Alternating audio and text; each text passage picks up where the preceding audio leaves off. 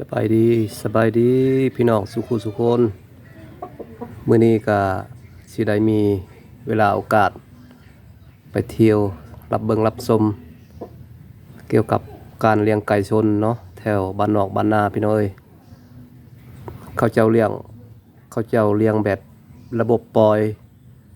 เด้อพี่น้องเด้อเขาเจ้าบ่ได้ขังตลอดเนาะเพราะว่าปล่อยใส่เวลาอากาศที่ว่ามันเหมาะสมผู้เพิ่นก็ปล่อยได้พี่น้องตามพี่น้องได้เบิ่งได้ชมแบบนี้แหละนี่เบิ่งเอาพี่น้องนี่โหดอยู่ได้นี่มันเห็นคนมันโซ่โลดตัวนี้นี่มันเห็นหน้ากล้องนี่โอ้บ่ธรรมดาพี่น้องเอ้ยนี่งามบ่พี่น้องไก่ตัวนี้งามเนาะถือว่างามสมควรพี่น้องเอ้ยนี่แหละคือวิถีชีวิตการเลี้ยงไก่แถวบ้านนอกบ้านนาก็ประมาณนี้พี่น้องเอ้ยเขาเจ้าเลี้ยง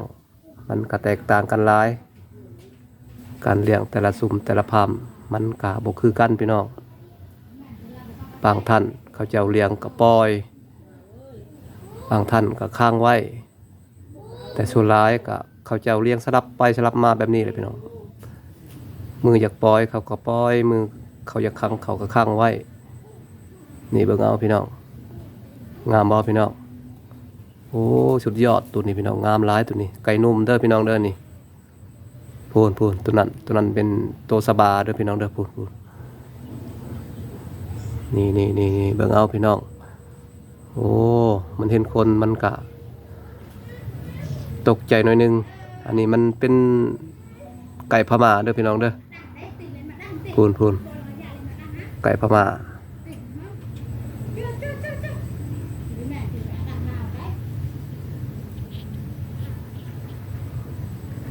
ถือว่างามหลายตัวนี้พี่น้องเป็นไก่เหยียพี่น้องเอ้ย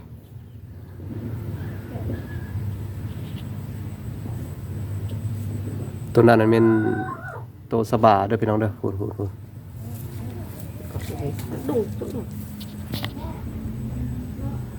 นี่แหละพี่น้องเอ้ยชีวิตตามบ้านนอกบ้านนาเด้อพี่น้องเด้อนี่ก็จะเอาเลี้ยงไก่กะบางซุ่มบางพามก็บ่ได้หลายประมาณ 7-8 ตัวเนาะก็จะเอาเลี้ยงก็บ่ได้ลงทุนหยังพี่น้องเลี้ยงแบบระบบปล่อยแบบนี้แหละ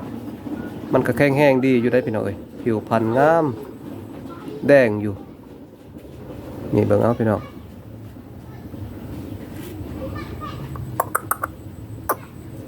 นี่เบิ่งเอาพี่น้องตัวนี้ไก่นุ่มเด้อพม่าพี่น้องเอ้ยพม่าเยี่ยโอ้งามตัวนี้ตัวนั้นให้งามตัวนั้นเห็นบ่พูนคือไก่ตัวแม่พี่น้องพูนแต่ความจริงมันเป็นตัวแม่เด้อพูนมันเป็นตัวผู้ให้งามตัวนั้น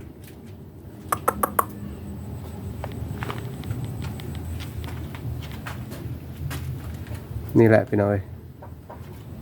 การเลี้ยงไก่ของ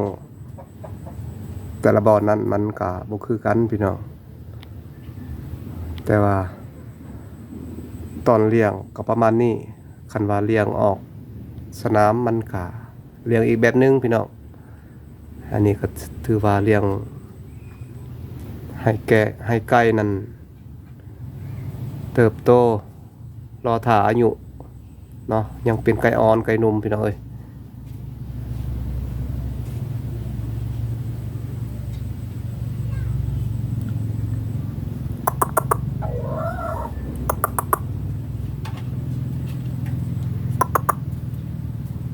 บ่เข้ามาพี่น้องมันย่าน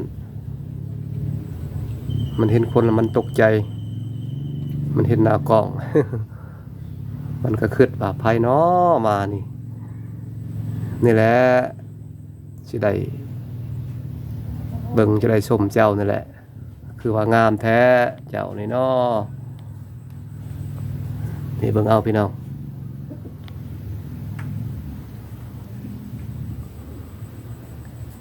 หน้ากล้องก็ประมาณนี้พี่น้องเอ้ยบ่อยากแจ้งปานใด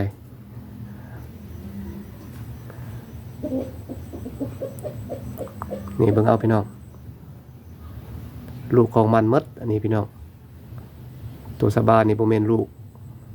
แต่ว่าตัวเยียตัวนี้เป็นลูกของมันลูกของเขา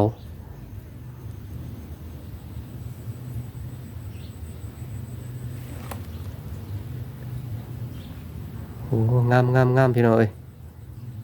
นี่แหละเขาเจ้าเลี้ยงแบบนี้เด้อพี่น้องเด้อเขาเลี้ยงแบบปล่อยบ่ได้ขังแต่ว่ามีชุ่มคือกันนี่บอนขังก็มีแต่บางครั้งเขาเจ้าปล่อยบางครั้งก็ข้างไว้อิงตามสภาพอากาศเนาะอากาศเปลี่ยนแปลงคันว่าฤดูฝนตกฤดูลมพัดเย็นจ้อยนี่เขาเจ้าก็ข้างคือกันแต่ว่าช่วงนี้อากาศก็สะดวกอยู่เนาะมีแดดออกลมก็บ่มีแต่แดดก็ถือว่าปล่อยได้พี่น้องเอ้ยไก่ก็อยู่แบบนี้แหละอยู่แบบธรรมชาติแบบนี้แหละอยู่แบบก็เอิ้นว่าผ่อนคลายอารมณ์เนาะให้ไก่ผ่อนคลายบ่ให้ไก่เครียดพี่น้องคันว่าเฮาข้างร้ายบางครั้งมันก็เครียดไก่เนาะเฮาสิเกลืออาหารดีๆบำรุงก็ยังบ่แข็งแรงปานใดเพราะว่าไก่มันบ่มีอารมณ์แบบว่าแบบสนุกคือคนเฮาคือกันพี่น้องเอ้ยถ้าว่าอยู่ดนหลายบ่ไปเที่ยวเลยมันก็น่าเบื่อเนาะไก่ก็คือกันพี่น้องเอ้ยธรรมชาติของไก่มันก็อยู่แบบนี้แหละพี่น้องเอ้ยนี่ตัวแม่เด้อพี่น้องเด้อนี่ตัวแม่ก็งามพี่น้องนี่เด้พามาทางนั้นพี่น้องเอ้ยชุดยอดตัวนี้เห็นบ่นี่ตัวแม่นี่โอ้งามตัวแม่นี่พี่น้องเอ้ยนี่ขนสวย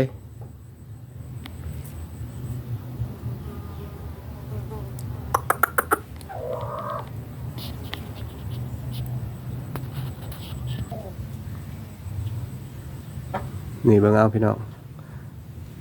ตัวสบานี่ก็โหดคือกันพี่น้องเอ้ยไก่นุ่มได้พี่น้องเด้อนี่สบางามงอนสบานี่ยังเป็นไก่อ่อนไก่นุ่มพี่น้องเอ้ยประมาณ6 เดือนประมาณนี้แหละพี่น้อง5-6 เดือนประมาณนี้ไก่นี่แต่ว่าตัวนั้นเป็นพ่อพันธุ์พูนนี่เป็นพ่อพันธุ์ได้พี่น้องเด้อตัวนี้นี่ไก่คนซองแล้วตัวนั้นเนาะมันบ่ได้เป็นไก่อ่อนตัวนั้นแต่ว่าพวกนี้เนี่ยยังเป็นไก่อ่อน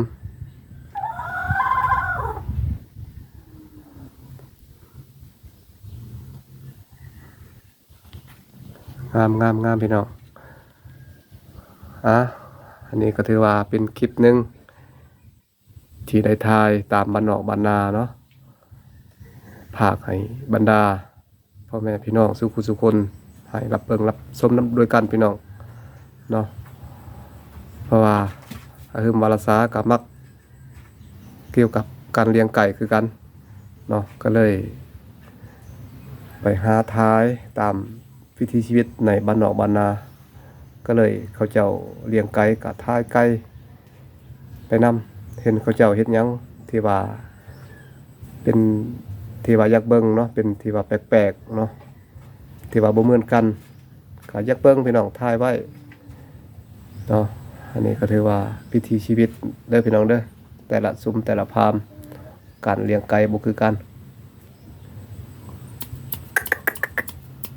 โอ้สวยมากตัวนี้พี่น้องเอ้ยนี่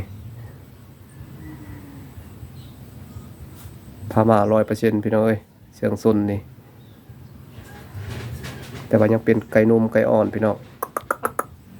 กุ๊ก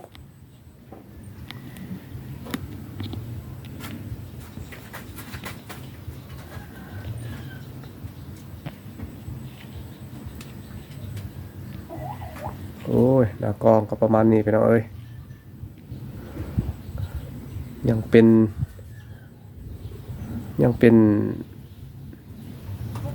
เอิ้นว่ายังมือใหม่เด้อพี่น้องเด้อ การเก็บภาพนี่ท้ายนี่ก็ยังบ่สำนาญพี่น้องเอ้ยเพราะว่ากองก็บ่แจ้งแน่พี่น้องเอ้ยอยากได้อยู่ตัวว่าราคาที่ว่ามันแจ้งกว่านี้แต่ว่า งบยังบ่ถึงพี่น้องเอ้ยขอโทษขออภัยหลายๆขอให้พี่น้องให้กำลังใจนำหน่อยเด้อ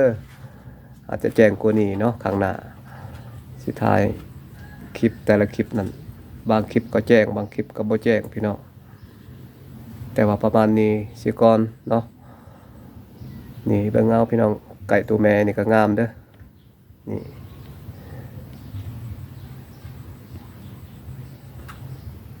คลิปนี้ก็ประมาณนี้เด้อพี่น้องเด้อฝากให้พี่น้องชูคู่ชูคนเพื่อเป็นการรับเบิ่งรับชมเพื่อสนุกเกี่ยวกับการพิถีชีวิตการเลี้ยงไก่ชนแต่ละสุ่มแต่ละพามนั้นเนาะแถวบ้านนอกบ้านนาก็ประมาณนี้ก็ยังสิมีคลิปอีกคลิปหนึ่งที่ถ่ายให้พี่น้องเบิ่งอีกเด้อแต่ละบ่อนั้นไก่ของเพิ่นนั้นมันก็สิเป็นแบบใดแน่บางคนก็มักเลี้ยงพัฒนาไก่เยี่ยบางคนก็มักพัฒนาแบบเซิงเนาะถือว่ามักไผ่มักมันเนาะมักบ่คือกันเฮามักแบบใดเฮาก็พัฒนาแบบนั้นพี่น้องก็ให้พี่น้องให้กำลังใจช่วยกันเด้อพี่น้องเด้อเพื่อเป็นกำลังใจเนาะอีกข้างหน้าคือมาลาซาจะได้ไปเที่ยวอยู่ประเทศเวียดนามอีกเด้อพี่น้องเด้อสิเบิ่งไก่ของพวกเพิ่นเลี้ยงแบบใดไก่ของเขาสิเป็นแบบใดเนาะลักษณะหูปหางสิเป็นแบบใดก็สิให้พี่น้องเบิ่งนำกันเนาะอีกข้างหน้าเด้อพี่น้องเด้อคลิปหน้าฉะนั้นคลิปนี้ก็ประมาณนี้สิก่อนก็อย่าลืมให้กำลังใจกดไลค์กดแชร์กดติดตามช่วยกันเด้อพี่น้องเด้อเพื่อบ่พลาดคลิปต่อไปเนาะเบิ่งเอาพี่น้องงามตัวนี้งามขนาด